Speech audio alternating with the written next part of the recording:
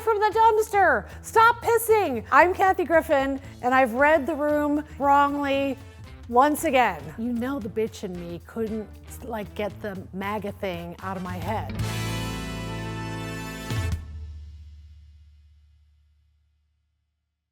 Hi everybody, I'm Kathy Griffin, and welcome to Kathy Griffin Talk Your Head Off.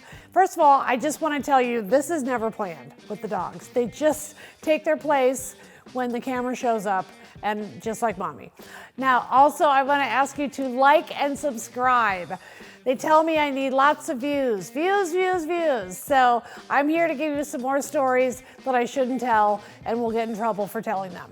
All right, so, and I'll take a viewer question too, while this one cleans himself. So first I want to tell you about the wild weekend I had, because, you know, I don't always have a wild night. I actually wrote an essay on my Substack about depression, which I deal with, and one of the things that I actually enjoy doing is going to bed at 6:30 at night. You heard me, I love it. It's my time. All the doggies get in bed with me, and it's gonna be dark eventually. That aside, I'm fine, so I'm just here to entertain you. So here's my wild weekend that I had with Sia going to the Kylie Minogue show. Now, first of all, I'm a Kylie Minogue fan because being a gay guy, it's part of my job. But also, I find it fascinating that she still isn't as famous in the United States as she is everywhere else. I mean, she is global superstar. And I feel like in the US, we know, can't get you out of my head, na, na, na, na, na, na, na, na. You've heard it. I prepped for this concert. I listened to all the Kylie Minogue songs that I should have been listening to all these years. I love her new song, Padam Padam. Padam Padam is actually how you say it, like a heartbeat, Padam. She was performing at this big stadium called the Crypto Arena, and I think its capacity is 16,000 people. And you guys, it was full. And let me tell you, those gays were having the time of their lives. The bears were there, the otters, the twinks, the daddies, the zaddies. They were there, they were dressed, they had signs, you know, which song they wanted her to sing. It was such a fun, loving environment.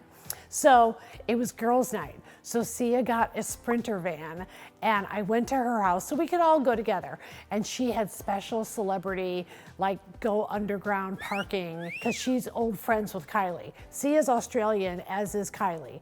And they've known each other for many years. And I asked her her history with Kylie, and she said they were put together by management and they just clicked. And she has a picture somewhere of the two of them jumping up in the air the day they met, and they've written together, and she just adores her. And I love her because she survived so much. I don't know if you guys know this, but she was with that guy, Michael Hutchins, who had a very sad ending to his life. She had a double mastectomy, and it's funny because she's taking criticism early in her career for just being tits and ass. And then she actually had to have a double mastectomy. And by the way, let me just talk about her body and be shallow. So she's 56 years old. Her body is insane. And she's only 5'1" or something. So she must, I don't know if she just drinks water all day or what her secret is. But she's not just small and skinny. She still has curves and this just insane, perfect body. And I want to know her workout plan. I want to know her diet. I want her nutritionist. It is just dazzling. And as a woman of a certain age, I just love seeing her out there. And sorry, Kylie, if you don't like to say your age, I know a lot of women don't, but I have to scream it. 56, you are amazing. You look amazing, you sound amazing. Her disposition is so upbeat and positive. She knew the audience. She did almost all dance songs. She did some ballads, of course. But anyway, So we get in the Sprinter van, and then I decided to turn it into a salon. So Sia says, Kathy has these salon parties and she has very strict rules. So she goes, go ahead. So I know that's my cue. And I said, okay, we're gonna go around the Sprinter van, and let's face it, we don't all know each other yet. I don't even know all of your names yet, frankly. And I'm not gonna assume you know who I am. So let's just go around and tell us a little bit about yourself. So we did that, and you guys, it was really nice. Like, the ride went by really quickly. And then Carney Wilson's daughter, Lola, was there, and I've known Carney forever, and I just love her, from Wilson Phillips. Then I put her on the spot and made her sing a song that she's working on now. And her voice is beautiful, and the song was really good, and Sia loved it, and then Sia started joining in on the song. So it was just a girls' night love fest. And then we started talking about manifestation, which between you and me, I don't believe in, but I know it's like the big topic these days. So we all talked about what we wanted to manifest. And we were all just laughing about how if we had allowed the guys to come, these conversations wouldn't have happened. Like, can you imagine a Sprinter van full of guys like being like, what are your real feelings and your real dreams and goals?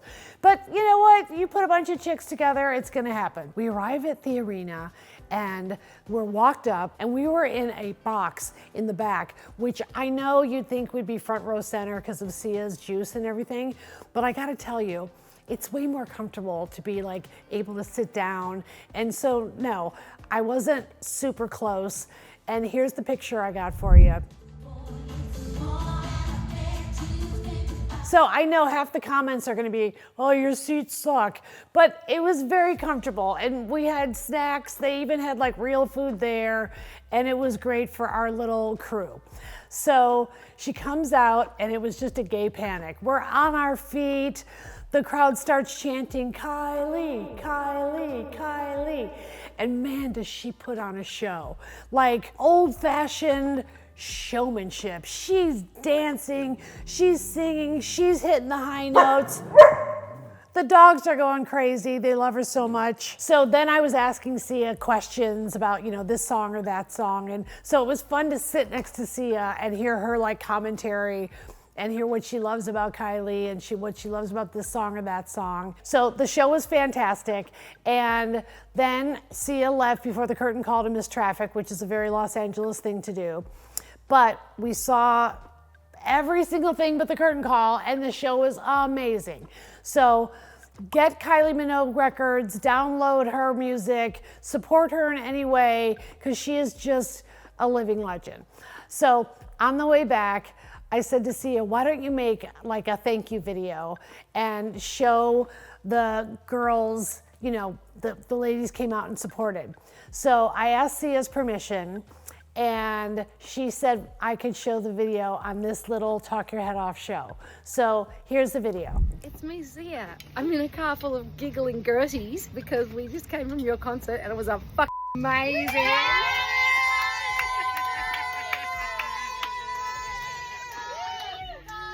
Because you are amazing and we all want to be you and we all wish we were because you're a someone. Marry me. Marry me. love you, Kylie. We love you so much. Thank you for having us. That was a very beautiful gift. Thank you very much. So much. Love you. I had to see Kylie's reaction because I know they text each other and stuff. So I even have Sia's permission to show you the text back from Kylie Minogue, and here it is. Isn't it great to see women supporting women?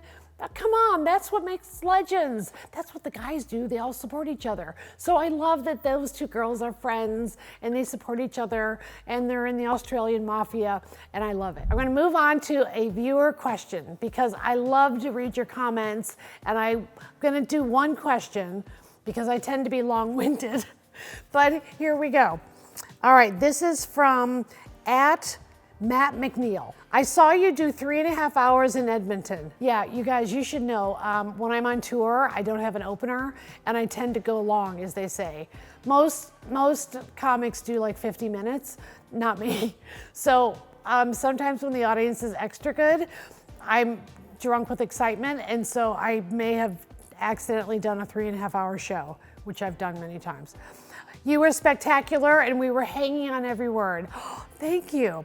The Wayne Gretzky story was amazing. Will you please share that story with your YouTube fans? Well, as a matter of fact, I will. Wayne Gretzky is a former hockey player, but he is known as the greatest hockey player in the history of hockey. So I'm not a sports person. I'm not a sports fan. I don't watch sports, but I'm a bit of a hockey fan. I'm from Chicago, so I'm a Hawks fan. And my dad used to take me to games when I was a kid, and I would wait backstage, not backstage, but at the backstage door. And I used to have an autograph book with Blackhawks signing an autograph, "Dear Kathy, thanks for coming to the game," or whatever. So I'm a bit of a hockey fan, but I haven't kept up with it. And then Wayne Gretzky comes onto the scene, and he played for the Edmonton Oilers, and he was so good, the game had never seen anything like him. What I have never told anybody until you guys is, out of all the things I love, I usually say comedy is what I love more than anything in this world. But what really, really gets me going is excellence. I have this weakness for people that have actual excellence. It's one of the reasons I love Sia as a friend, but I'm also a fan, is she really displays real live excellence. She can really, really sing. And I've seen it on display, not auto-tuned, many, many times in the privacy of her home, or and so I've always had a thing for Wayne Gretzky. And believe it or not, he's been on my bucket list to meet. So I know that sounds weird. Kathy with her ladies and gays, and the greatest hockey player of all time, and he's called the Great One. So I usually refer to him as the Great One because I believe he is. I was gonna play a theater in the town where I happen to know Wayne Gretzky lives with his wife, Janet Jones. Now, Janet Jones was really big in the 80s. She was in the Toto video, so she's a super hot blonde, and she was a really successful dancer. Now, one scandal that happened with the Great One is he's the star of the Edmonton Oilers, but the star of all of hockey, right? Like, even when the Oilers were playing, their opponent, people would clap when Gretzky came out on the ice just because he's so great. The Great One, the way he glided on the ice, he was just a champion from the minute he walked out, and it was finesse, and he had this quiet excellence. He wasn't the guy running around town in a fur coat afterwards with 5 whores that I know of. But anyway, so when he fell in love with Janet Jones, Edmonton kind of turned on her. Like, it was a big scandal because he then decided to leave the Oilers and to be with her and then start a family to come to Los Angeles and play for the Kings. Now, the Kings sucked at the time because, as great as he is, he can't carry the entire team. So he goes from being, championships to the LA Kings. And so more people turn on Janet Jones in Canada because they're like, not only did you take our Great One, but the LA Kings suck. And the Edmonton Oilers always hated LA. But I found out where he lives. And like I said, I'm playing at the local theater in his town. So I called my then tour manager's assistant, who I nicknamed Nasty, and that's a whole other episode, but I lovingly call him Nasty. I reached out to him because, as a heterosexual, I thought he might know, how can I get to Wayne Gretzky? I know this is out there, and my show is tomorrow night, but I want to invite him to my show, and I would just die if Wayne Gretzky would come see my show. So then Nasty says, well, I know his daughter. So I go, who's his daughter?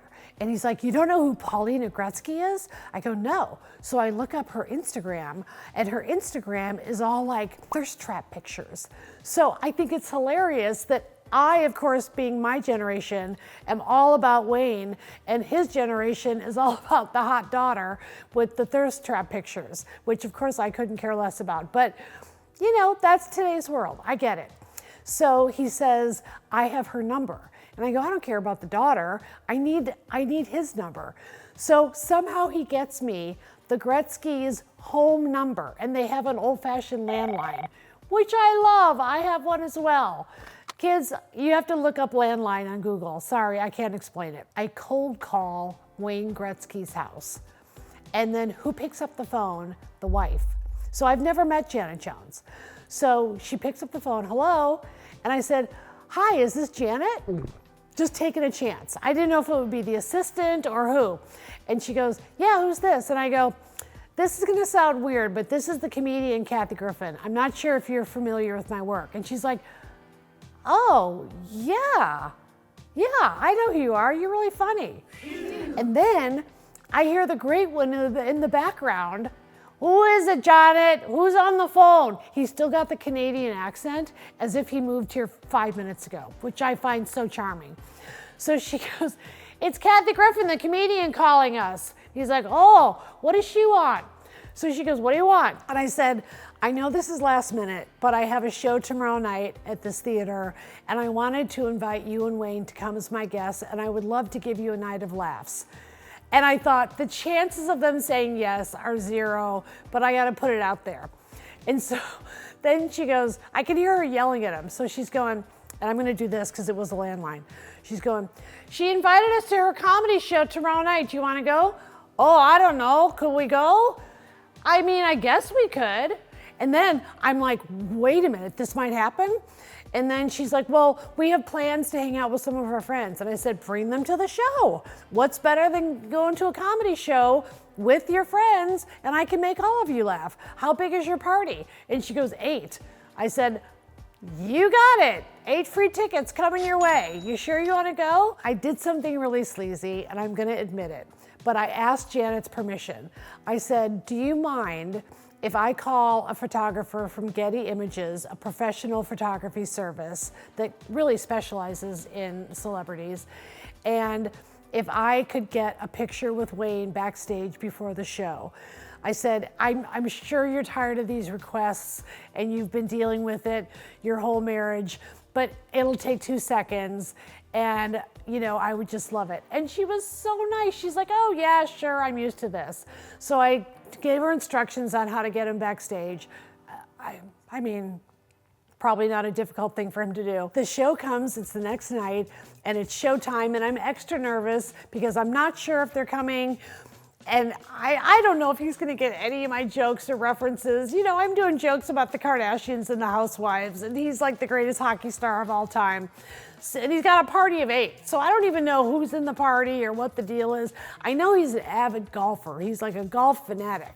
So I'm thinking it's a bunch of golfers, not my usual demo, but okay. And so sure enough, I'm backstage and I hear, where do I go? We're gonna take a picture, eh?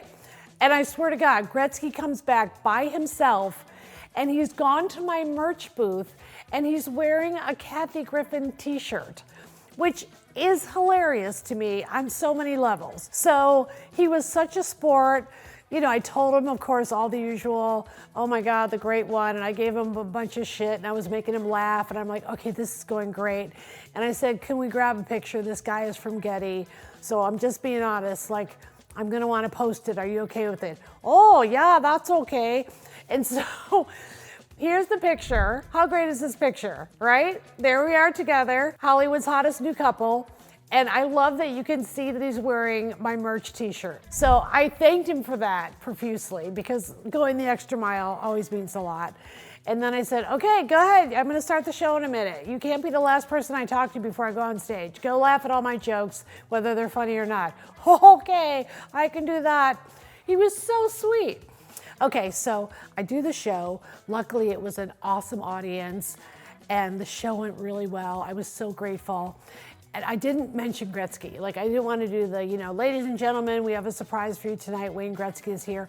You never know. Some celebs are okay with that, some aren't.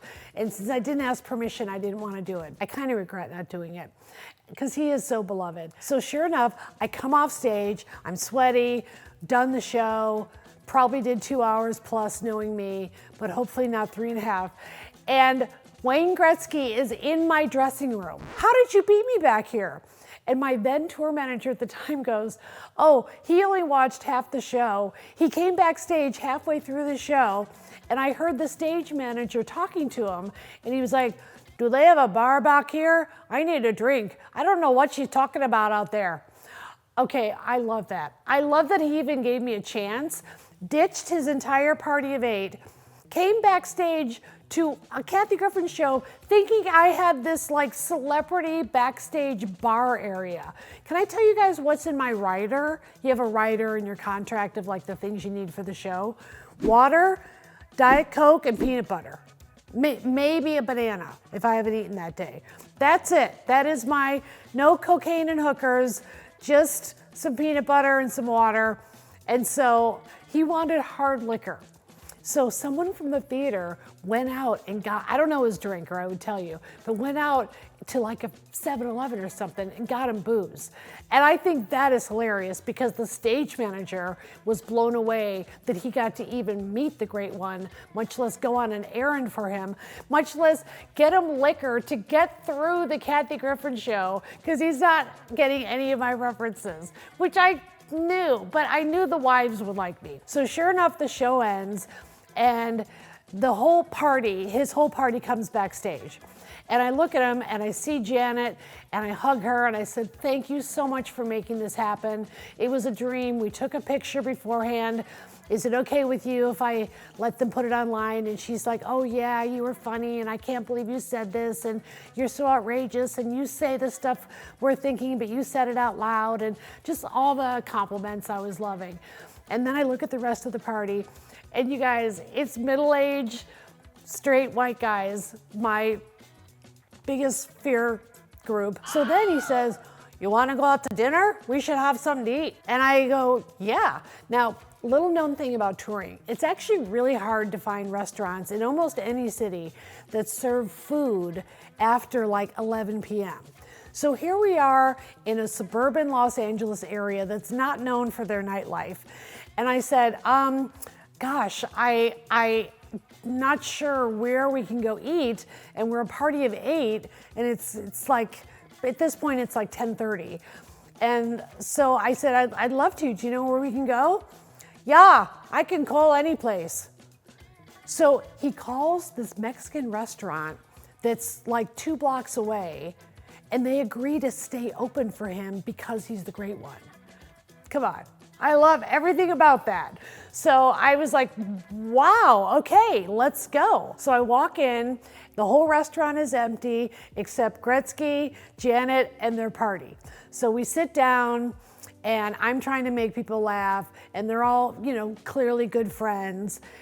And this was when Trump was running but had not won his first term yet.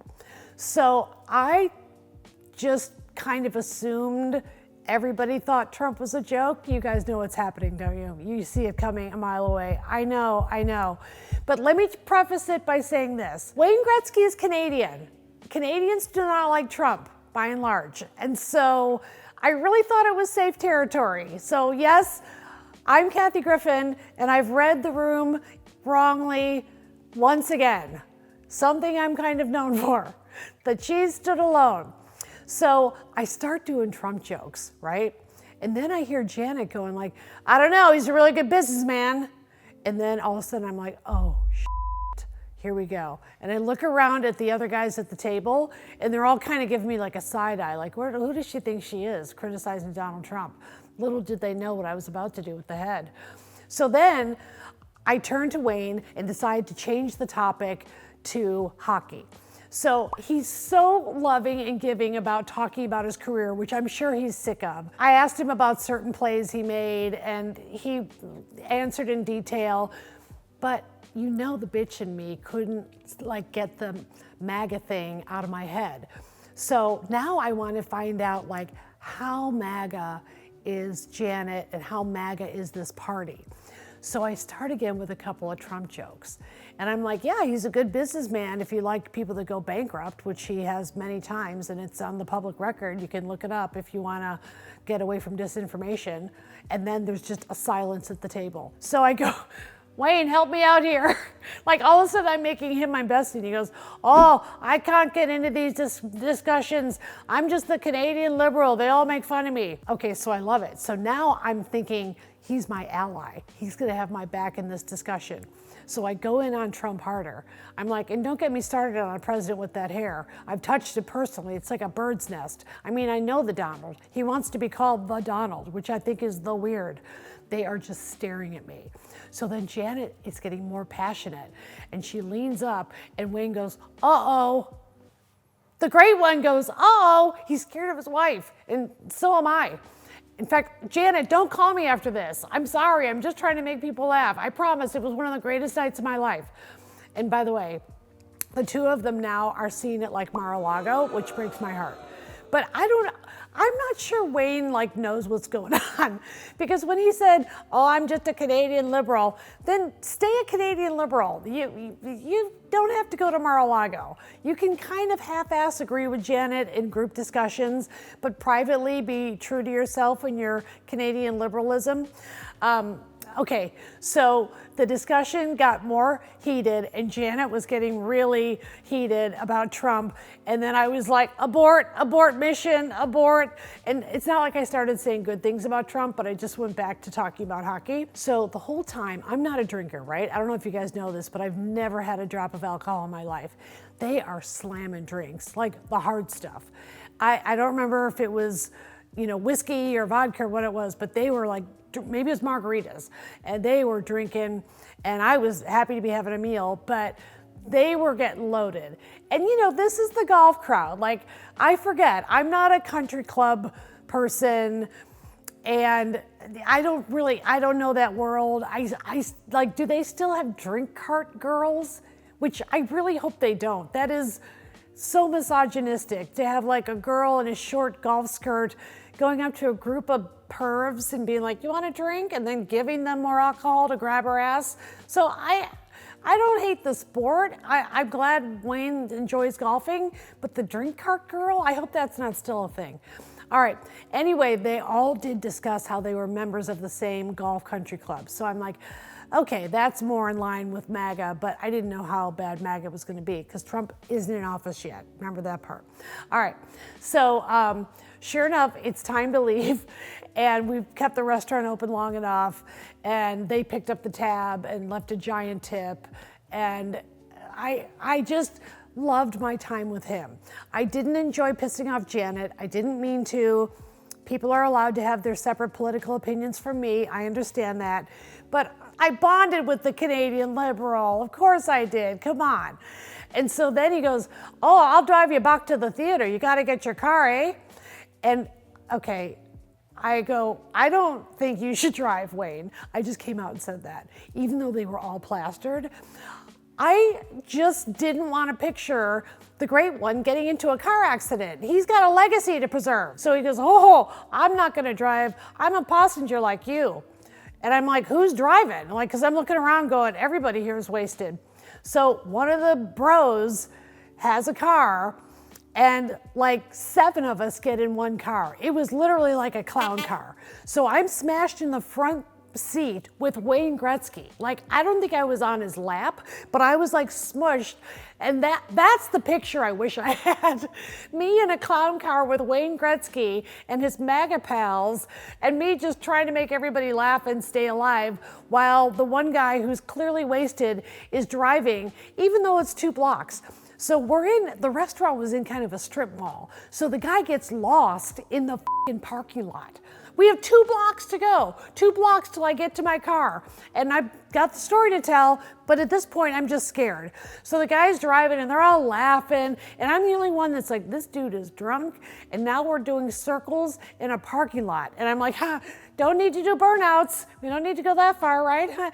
And they're like, do burnouts. And I'm like, no, not burnouts, no competition. All right, so then we're 2 blocks away, like I said, and then Gretzky goes, oh, I gotta take a piss. I gotta drain the noodle. And I go, Wayne, you can go in the theater. I will get them to open the theater again for you. I will knock on the door personally. I will take a crowbar and open the theater door so you don't have to piss on me, or whatever the hell where are you gonna piss? We're in the middle of a parking lot. So he goes to the driver, pull over. And the driver just stops the car. Wayne gets out of the clown car. walks over to a dumpster, whips his dick out, and starts pissing on the dumpster. And I'm yelling, Wayne, stop it! Move away from the dumpster. Stop pissing. There could be a paparazzi photographer anywhere here. You're the great one. You have a legacy. Legend. Please stop pissing on the dumpster in the middle of a strip mall. And he's just laughing. He's like, oh, you're Ryan. Well, when you gotta go, you gotta go. And so having watched the great one take a piss on a dumpster is one of the great moments of my life. So he got back in the car. They safely dropped me off to my car somehow. I met up with my tour manager there, told him the story. We drove home. And I know that this story will turn some of you off and the comments will be like, he's a MAGA, I hate him now. But I'm just talking hockey legacy, and I just want you to know that when he was my Canadian Liberal, and he may not be a Liberal anymore, it was heaven, and he answered all my silly fangirl hockey questions, and he let me give him shit and tease him and make fun of him. So I will always love him. And Janet, I know she's full MAGA, but Janet, thank you for arranging that night. It wouldn't have happened without you.